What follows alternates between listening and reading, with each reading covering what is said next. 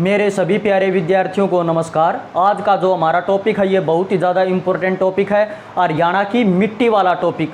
ठीक है, हरियाणा जीके में जितने भी टॉपिक बनते हैं उनमें ये सबसे ज़्यादा इम्पोर्टेंट टॉपिक है और प्रीवियस एग्ज़ाम जितने भी हुए हैं सभी एग्ज़ामों में क्वेश्चन पूछा गया है हरियाणा की मिट्टी के टॉपिक से। ठीक है, तो इसमें जितने भी जो क्वेश्चन बनते हैं वो डिफ़िकल्ट क्वेश्चन इसलिए लगते हैं बच्चों को क्योंकि ये जो टॉपिक है ये समझने से याद होता है। ठीक है, और इस टॉपिक में बहुत सारे क्वेश्चन हैं, बहुत सारे इंपॉर्टेंट फैक्ट हैं।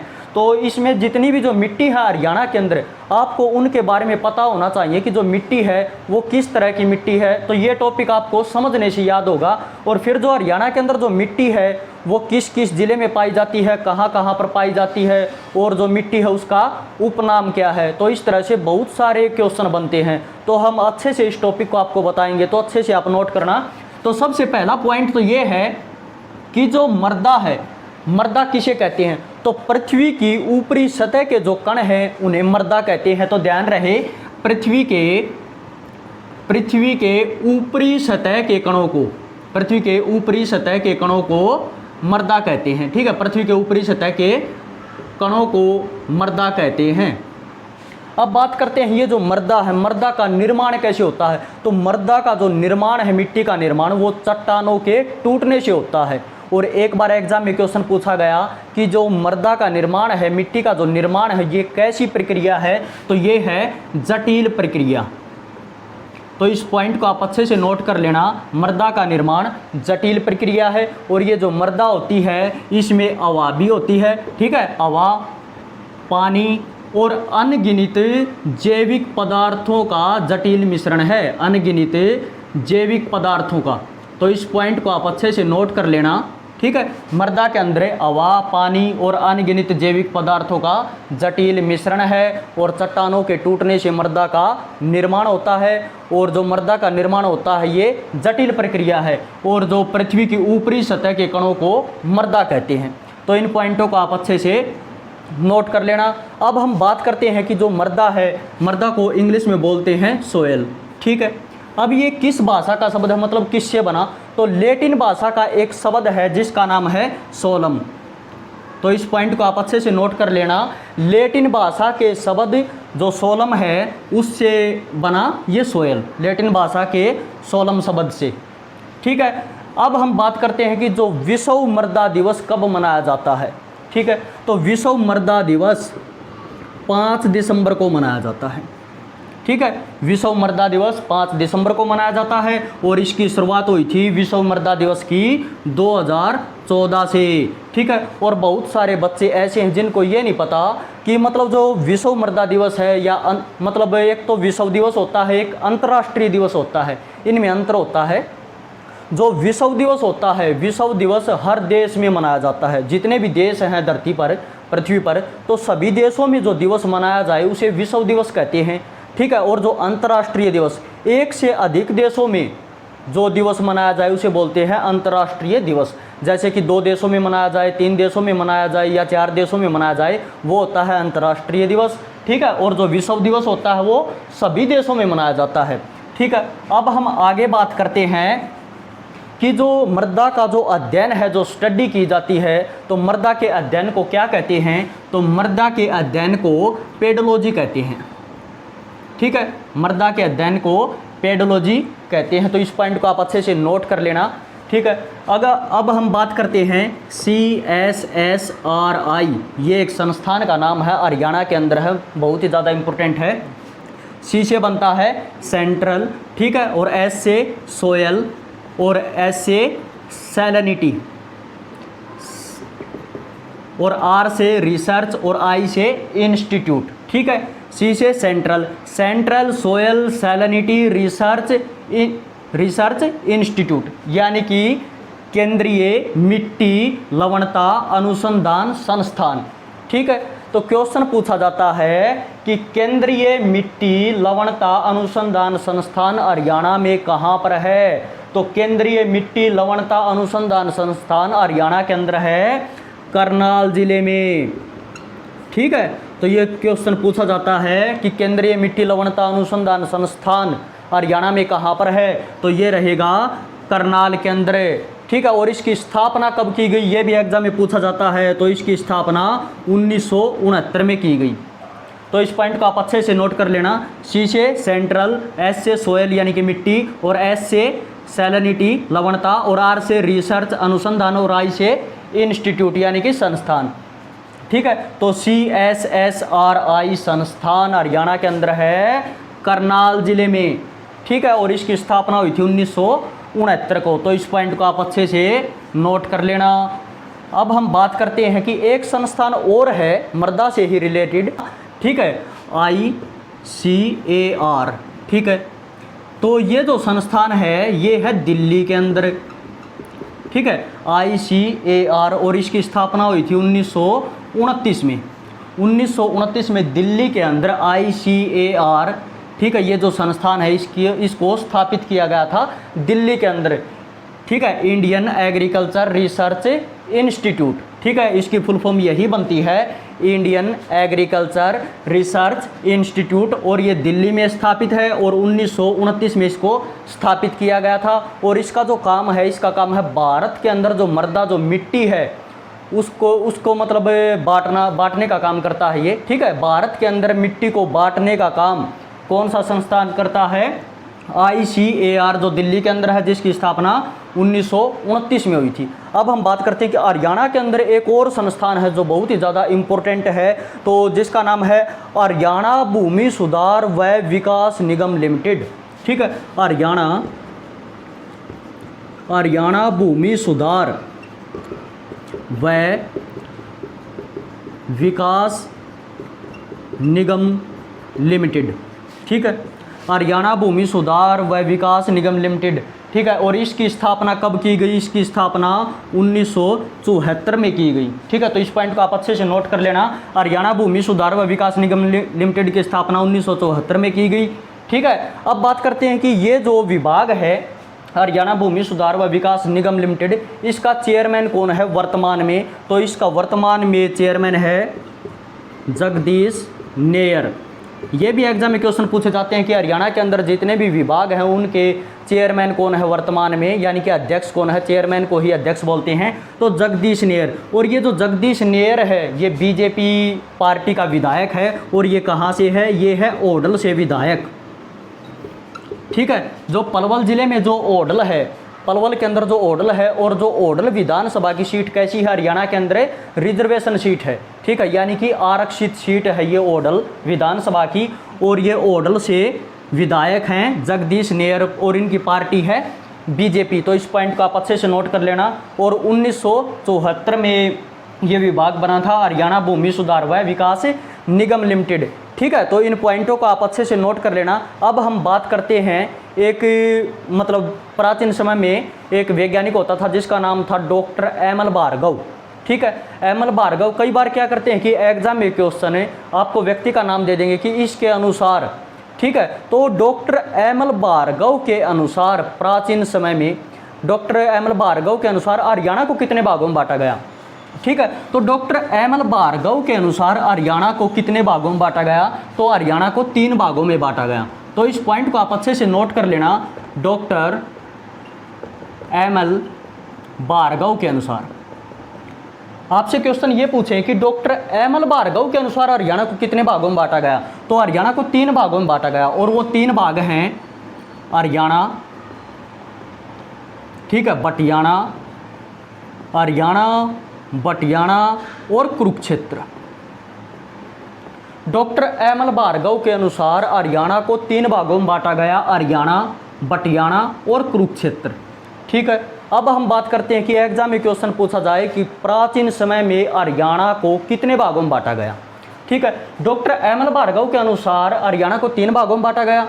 लेकिन अगर प्राचीन समय की बात करें कि प्राचीन समय में हरियाणा को कितने भागों में बांटा गया, तो प्राचीन समय में हरियाणा को 3 भागों में बांटा गया, और वो 3 भाग रहेंगे हरियाणा, बटियाना और कुरुक्षेत्र। यही 3 भाग, ठीक है, प्राचीन समय में, और यही 3 भाग डॉक्टर एमएल भार्गव के अनुसार। ठीक है, और इन्हीं में बच्चे कंफ्यूज हो जाते हैं। ठीक है, आगे हम बात करते हैं, एक क्वेश्चन एग्जाम में पूछा जाता है कि हरियाणा की भूमि को मुख्यतः कितने भागों में बांटा गया है? हरियाणा की भूमि को, ठीक है, तो हरियाणा की भूमि को मुख्यतः 3 भागों में बांटा गया है। ठीक है। अब बात कर रहे हैं हरियाणा की भूमि की। हरियाणा की भूमि को मुख्यतः कितने भागों में बांटा गया है? हरियाणा की भूमि को मुख्यतः 3 भागों में बांटा गया है। और वो 3 भाग कौन से हैं? रेतीली, मैदानी, ठीक है, और पहाड़ी। ये क्वेश्चन एग्जाम में पूछा जा चुका। तो एचएसएससी के अनुसार हरियाणा की भूमि को मुख्यतः 3 भागों में बांटा गया और वो 3 भाग हैं रेतीली, मैदानी और पहाड़ी। यही 3 भाग रहेंगे, ठीक है। तो अच्छे से इस पॉइंट को आप नोट कर लेना, रेतीली, पहाड़ी और मैदानी। हरियाणा को मुख्यतः 3 भागों में बांटा गया है और एचएसएससी ने भी आंसर 3 ही माना है, ठीक है। अब हम बात करते हैं कि जैसे कि क्वेश्चन आता है कि हरियाणा की मृदा, हरियाणा की मिट्टी को कितने भागों में बांटा गया है, ठीक है। तो ये पूछा जाता है डॉक्टर जसवीर सिंह के अनुसार। और इसमें भी बच्चे कंफ्यूज हो जाते हैं क्योंकि हरियाणा जीके की बहुत सारी बुक ऐसी हैं जिनमें कई जगह तो हरियाणा की मिट्टी को 8 भागों में बांटा गया है और कई जगह दिखाते हैं 6 भागों में, ठीक है। यही डाउट रहता है बच्चों को, तो ध्यान रहे हरियाणा की भूमि को मुख्यतः 3 भागों में बांटा गया है, भूमि को, न कि मृदा को, ठीक है। हरियाणा की भूमि को तो 3 भागों में बांटा गया है और वो 3 भाग एचएसएससी ने भी 3 भाग माने हैं, रेतीली, पहाड़ी और मैदानी, ठीक है। डॉक्टर एमएल भार्गव के अनुसार हरियाणा को 3 भागों में बांटा गया है। अब भूमि का जिक्र नहीं है, हरियाणा को 3 भागों में बांटा गया, बटियाना, कुरुक्षेत्र और हरियाणा। ये 3 भाग हैं। प्राचीन समय में हरियाणा को 3 भागों में बांटा गया, बटियाना, कुरुक्षेत्र और हरियाणा। अब बात करते हैं हरियाणा की मृदा की। हरियाणा की मृदा को कितने भागों में बांटा गया है? तो हरियाणा की मृदा को डॉक्टर जसबीर सिंह के अनुसार हरियाणा की मृदा को 6 भागों में बांटा गया है। यही क्वेश्चन एग्जाम में पूछते हैं कि डॉक्टर जसबीर सिंह के अनुसार हरियाणा की मृदा को कितने भागों में बांटा गया? तो डॉक्टर जसबीर सिंह के अनुसार हरियाणा की मृदा को 6 भागों में बांटा गया है, ठीक है। वो 6 भाग एक बार बता देता हूं आपको। एक तो है अत्यंत हल्की मृदा, ठीक है। नंबर 2 हल्की मृदा, ठीक है। नंबर 3 मध्यम मृदा, ये है डॉक्टर जसबीर सिंह के अनुसार, ठीक है। नंबर 4 सामान्य भारी मृदा। नंबर 5 बहुत भारी मृदा, ठीक है। नंबर 6 में आता है शिवालिक, ठीक है, गिरिपाद ये या चट्टानी। तो डॉक्टर जसबीर सिंह के अनुसार हरियाणा की मृदा को 6 भागों में बांटा गया है और वो 6 भाग हैं ये अत्यंत हल्की मृदा, मध्यम मृदा, सामान्य भारी मृदा, बहुत भारी मृदा और शिवालिक गिरिपाद चट्टानी मृदा। तो इस पॉइंट को आप अच्छे से नोट कर लेना। हरियाणा की भूमि को तो मुख्यतः 3 भागों में बांटा गया है, एचएसएससी ने भी 3 माना है। डॉक्टर जसबीर सिंह के अनुसार हरियाणा की मृदा यानी कि मिट्टी को 6 भागों में बांटा है। अब कई जगह जो 8 बताते हैं, तो वो 8 क्या है? वो डॉक्टर जसबीर सिंह के अनुसार हरियाणा को 8 भू आकृतिक प्रदेशों में विभाजित किया है। 8 भू आकृतिक प्रदेशों में।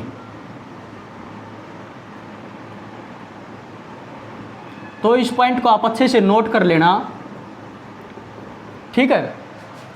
हरियाणा की मृदा, डॉक्टर जसबीर सिंह के अनुसार हरियाणा की मृदा को 6 भागों में बांटा गया है और ठीक है। और जो डॉक्टर जसबीर सिंह के अनुसार हरियाणा की भूमि को या हरियाणा को 8 भूआकृतिक प्रदेशों में विभाजित किया है। जैसे कि जो हरियाणा है, हरियाणा की जो भूमि है, भूमि को 8 भूआकृतिक यानी कि हरियाणा का जो स्ट्रक्चर है, हरियाणा की जो संरचना है, जो भूमि की जो संरचना है, उनको 8 भूआकृतिक प्रदेशों में विभाजित किया है, ठीक है। लेकिन जो मिट्टी है, जो मृदा है, वो कितने प्रकार की मिट्टी हरियाणा में पाई जाती है? तो डॉक्टर जसबीर के अनुसार हरियाणा में 6 प्रकार की मिट्टी पाई जाती है, ठीक है। हरियाणा मिट्टी के हैं 6 भाग।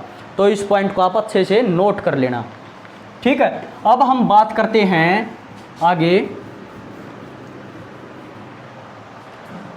कि हरियाणा का कितना प्रतिशत भाग अम्लीय व क्षारीय है। तो हरियाणा का 32% भाग अम्लीय या क्षारीय है। ठीक है, हरियाणा का 32% भाग अम्लीय व क्षारीय है। तो इस पॉइंट को आप अच्छे से नोट कर लेना। ठीक है, जो डॉक्टर जसबीर सिंह के अनुसार हरियाणा की मृदा के जो 6 भाग हैं, ये आपको बाद में बताएंगे इन 6 भागों के बारे में। ठीक है, तो उनसे पहले हरियाणा की मिट्टी वाले टॉपिक में जितने भी इम्पोर्टेंट फैक्ट बनते हैं, जितने भी प्रीवियस एग्जाम में क्वेश्चन पूछे गए हैं या इम्पोर्टेंट क्वेश्चन हैं, वो सभी आपको बताएंगे। तो अब पॉइंट है कि हरियाणा में लाल चेस्टन मिट्टी कहाँ पाई जाती है। हरियाणा में लाल चेस्टन मिट्टी, हरियाणा में लाल चेस्टन मिट्टी कहाँ पाई जाती है। तो हरियाणा में लाल चेस्टन मिट्टी यमुनानगर जिले में पाई जाती है। ठीक है, और हरियाणा का 32% भाग अम्लीय व क्षारीय है और हरियाणा में लाल चेस्टन मृदा यमुनानगर जिले में पाई जाती है। अब ये जो क्वेश्चन पूछा जाता है कि यमुनानगर जिले में जो लाल चेस्टन मृदा है वो किस वजह से है, तो ये भी क्वेश्चन आता है। तो ये है नाइट्रोजन व फास्फोरस की कमी से।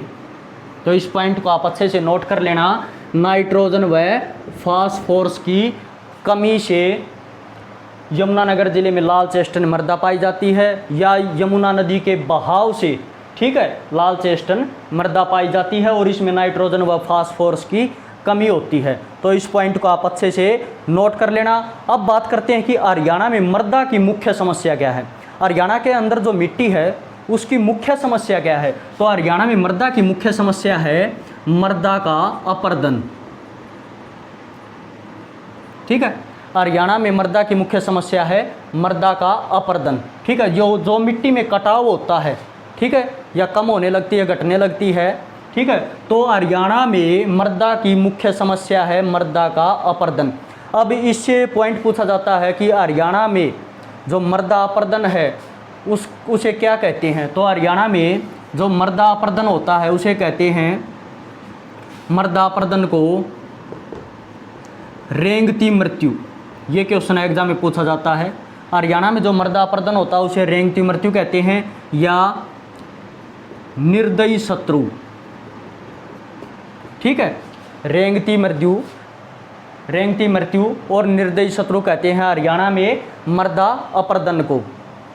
सबसे ज़्यादा मृदा अपरदन किस प्रकार की मृदा में होता है।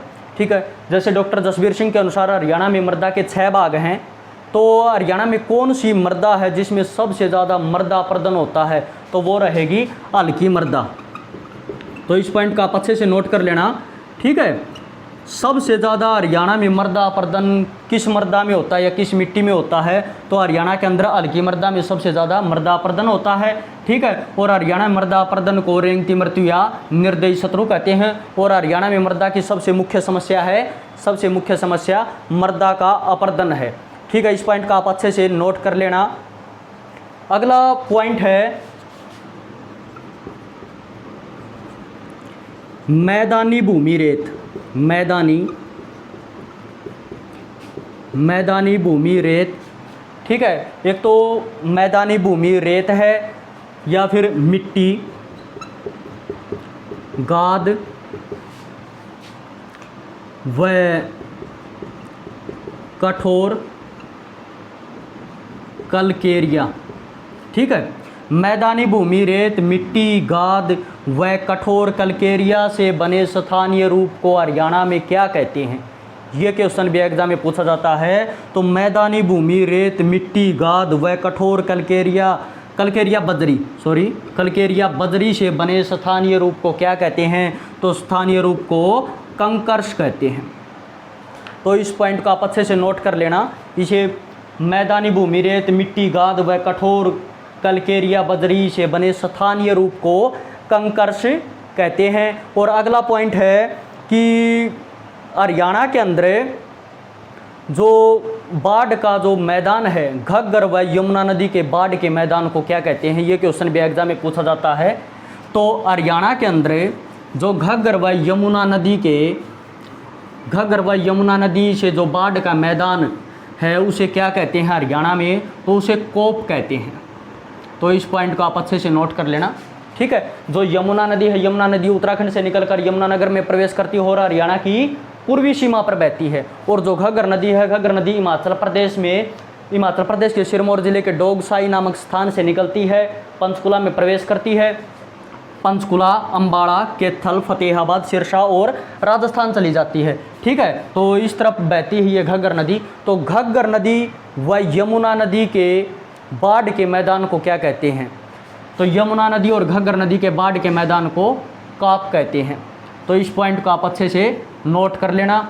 अब बात करते हैं कि हरियाणा के अंदर जलोढ़ मैदान का निर्माण कौन सी नदी करती है। ये क्वेश्चन भी एग्जाम में पूछा जाता है कि हरियाणा के अंदर जलोढ़ मैदान का निर्माण कौन सी नदियों से हुआ है। तो हरियाणा के अंदर जलोढ़ मैदान का निर्माण घग्गर और यमुना, ठीक है, इन दोनों नदियों से हरियाणा के अंदर जलोढ़ मैदान का निर्माण हुआ है, ठीक है। अब हम बात करते हैं हरियाणा के अंदर जलोढ़ मैदान का निर्माण घग्गर व यमुना नदी से हुआ, ठीक है। अब ये जो जलोढ़ मैदान है ये क्या होता है, जलोढ़ मृदा, ठीक है। तो जो इसे प्राचीन जलोढ़ मृदा भी कहते हैं, ठीक है। जलोढ़ मृदा भी आ सकता है या प्राचीन जलोढ़ मृदा। तो अच्छे से नोट करना, जो जलोढ़ मृदा है, जलोढ़ मृदा को ही खाद्र कहते हैं और जलोढ़ मृदा को ही बांगर कहते हैं। आपने सुना होगा एक शब्द होता है बांगर और एक होता है खाद्र, ठीक है।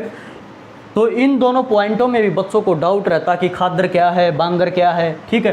तो खाद्र व बांगर ये जलोढ़ मृदा को ही बोलते हैं, ठीक है। जो जलोढ़ मृदा है, जलोढ़ मृदा को ही खाद्र कहते हैं, जलोढ़ मृदा को ही बांगर कहते हैं। और हरियाणा में जलोढ़ मृदा का निर्माण यमुना व घग्गर नदी से हुआ है। और यमुना व घग्गर नदी के जो बाढ़ के मैदान है उसे कहते हैं, उसे कोप कहते हैं।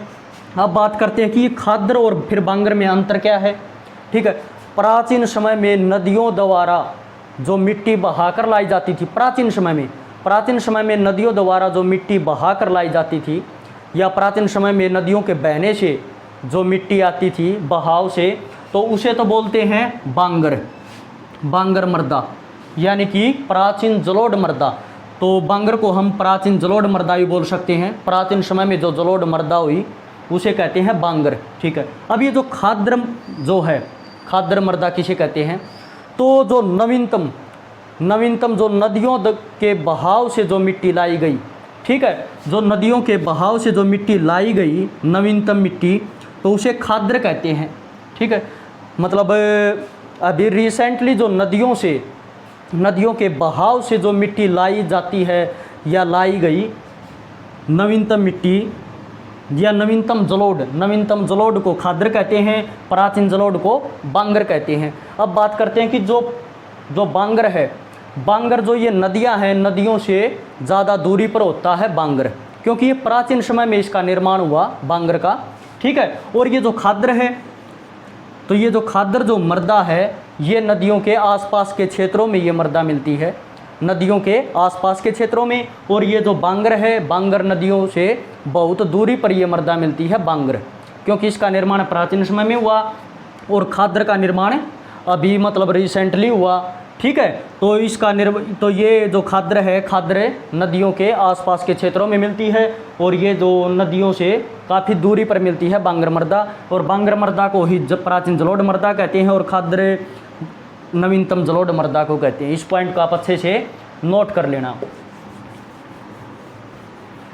अब अगला पॉइंट ये है कि जो जलोढ़ मृदा है, जलोढ़ मृदा का रंग कैसा होता है, ये भी एग्जाम में क्वेश्चन पूछा जाता है। तो जलोढ़ मृदा का रंग पीला भूरा होता है।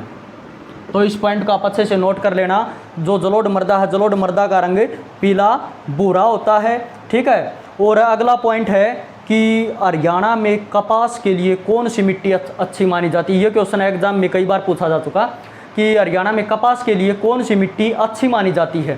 तो कपास के लिए काली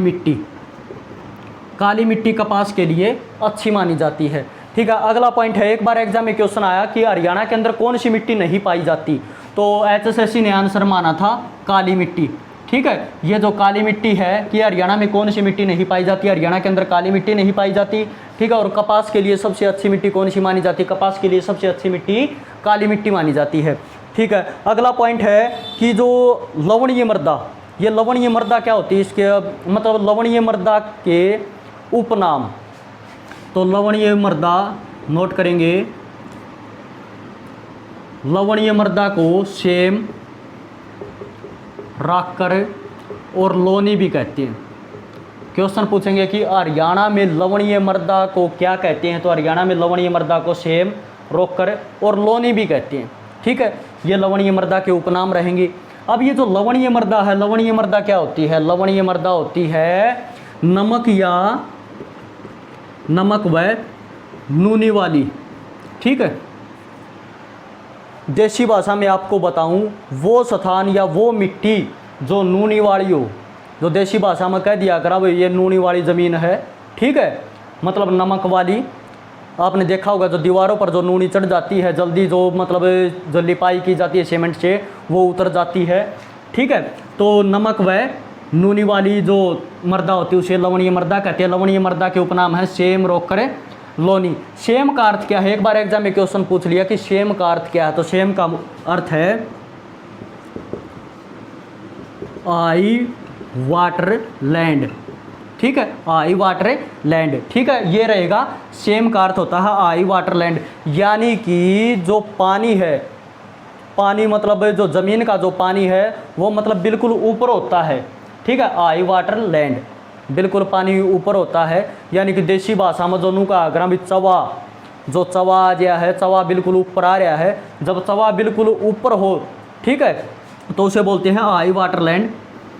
सेम का मतलब यही होता है आई वाटर लैंड, ठीक है। अब हम आगे बात करते हैं, ये तो लवणीय मृदा के उपनाम हो गए, सेम, रोक्कर, लोनी कहते हैं। ये क्वेश्चन भी एग्जाम में पूछा जा चुका, और ये नमक व नूनी वाली मृदा होती है, ठीक है। अब हम बात करते हैं कि लवणता ग्रस्त हरियाणा के अंदर कौन कौन सी जगह ऐसी हैं जो लवणता से ग्रस्त हैं। तो लवणता से ग्रस्त हरियाणा के अंदर कौन कौन सी जगह हैं, तो पूर्वी हिसार, ठीक है, पूर्वी हिसार लवणता से ग्रस्त है। तो इस पॉइंट को आप अच्छे से नोट कर लेना। उत्तरी पूर्वी भिवानी, उत्तरी पूर्वी भिवानी, पूर्वी तो हिसार, जो हिसार जिला है, हिसार जिले के पूर्व में, ठीक है, भिवानी के उत्तर और पूर्व में, ठीक है, भिवानी के उत्तर और पूर्व में लवणता से मतलब ग्रस्त जगह है यहाँ पर। और एक है पश्चिमी रोहतक, ये जो रोहतक है, रोहतक का तो ये इलाका, रोहतक का तो पश्चिम, ठीक है, और भिवानी का उत्तरी पूर्वी, और हिसार का पूर्वी, ये लवणता से ग्रस्त हैं, ठीक है। आगे हम बात करते हैं कि एक बार एग्जाम में क्वेश्चन आया कि हरियाणा के अंदर कौन सा जिला है जो जिसमें मतलब जो लवणता से ग्रस्त नहीं है या जिसमें लवणता नहीं है, तो वो जिला रहेगा कुरुक्षेत्र। तो इस पॉइंट को आप अच्छे से नोट कर लेना। हरियाणा में कौन सा जिला है जो लवणता से ग्रस्त नहीं है, तो वो है कुरुक्षेत्र। और हरियाणा में सबसे ज़्यादा लवणता मिलती है हिसार के पूर्व में, भिवानी के उत्तर पूर्व में और रोहतक के पश्चिम में, ठीक है। अब हम बात करते हैं आगे कि हरियाणा में लवणीय व क्षारीयता से ग्रसित मृदा को क्या कहते हैं। ये क्वेश्चन भी एग्जाम में पूछा गया कि हरियाणा में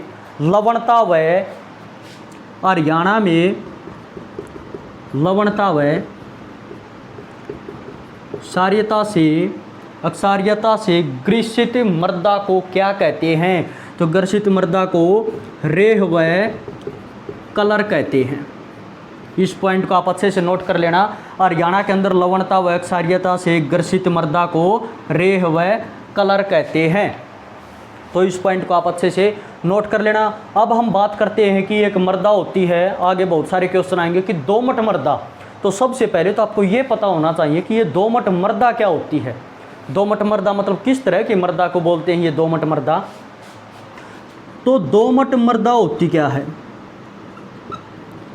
दोमट मृदा वो होती है जिसमें गाद, एक तो गाद होती है, यह चीकनी भी होती है, ठीक है, और बालू। दोमट मृदा गाद, चीकनी, बालू। मतलब गाद का मतलब देसी भाषा में गार, चीकनी का मतलब ये चीकनी मिट्टी भी होती है ये, ठीक है, और इसमें बालू भी होता है यानी कि बालू रेत, ठीक है। ये तीनों चीज़ें होती हैं वो होती है दोमट मृदा। इसका मतलब ये हुआ, दोमट मृदा का मतलब बहुधान्य यानी कि उपजाऊ, जिसमें अच्छे से कृषि की जा सके। ठीक है, बहुधान्य मृदा या उपजाऊ मृदा। ठीक है, दोमट मृदा, गाद, चीकनी और बालू। तो इस पॉइंट को आप अच्छे से नोट कर लेना। और जो डॉक्टर जसवीर सिंह के अनुसार हरियाणा की मृदा को 6 भागों में बांटा गया है, ये नेक्स्ट क्लास में आपको कंप्लीट करवा देंगे। ठीक है, तो इस टॉपिक को आप अच्छे से नोट कर लेना, बहुत ही ज़्यादा इंपॉर्टेंट टॉपिक है। ठीक है, और कमेंट करके ज़रूर बताएं आपको वीडियो कैसी लगी। जय हिंद, जय भारत।